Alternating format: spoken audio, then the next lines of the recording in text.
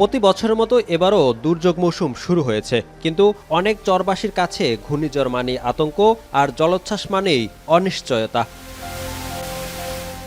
দৌলতখান উপজেলার মদনপুর ইউনিয়নের চরমুন্সি গ্রামে প্রায় ৪,৫০০ মানুষের বসবাস, রয়েছে কয়েক হাজার গরু ও মহিষও। অথচ প্রাকৃতিক দুর্যোগে আশ্রয় নেবার মতো নেই কোনো সাইক্লোন শেল্টার।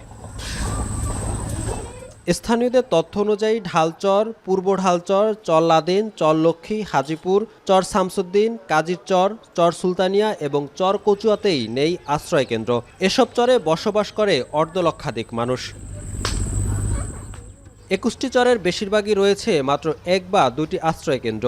বড় ক্ষয়ক্ষতির আগেই সবাইকে নিরাপদ আশ্রয় আনার দাবি ঝুঁকিতে থাকা মানুষদের।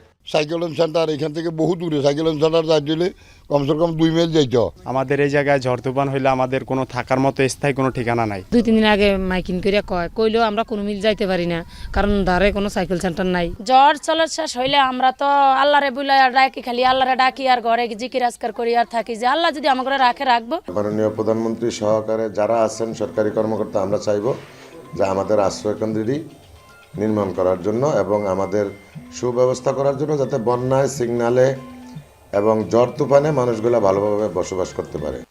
ঝুঁকিপূর্ণ বাসিন্দাদের আশ্রয় কেন্দ্রের আওতায় আনতে প্রকল্প গ্রহণের কথা জানান জেলা প্রশাসক, আর ব্যবস্থা গ্রহণের আশ্বাস দুর্যোগ ব্যবস্থাপনা ও ত্রাণ মন্ত্রণালয়ের সচিবের।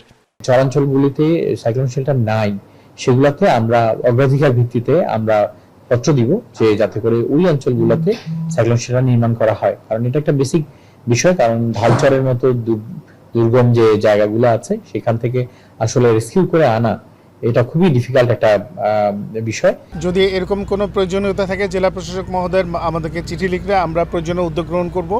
আমাদের এরকম আশ্রয় কেন্দ্র, আমাদের প্রকল্প রয়েছে, সেই প্রকল্পের আওতায় যদি প্রয়োজন হয় অবশ্যই আমরা ভোলায় এই আয়োজন করব। জেলা প্রশাসনের তথ্য অনুযায়ী ভোলার ৭ উপজেলায় প্রায় ২০ লাখ মানুষের জন্য রয়েছে ৯১৯টি সাইক্লোন শেল্টার। এসব আশ্রয় কেন্দ্রে জায়গা হবে মোট জনসংখ্যার ১/৪। নিরাপদ আশ্রয়ের বাইরে থেকে যাচ্ছে প্রায় ১৫ লাখ মানুষ। ইমতিয়াজ রহমান, এখন ভোলা।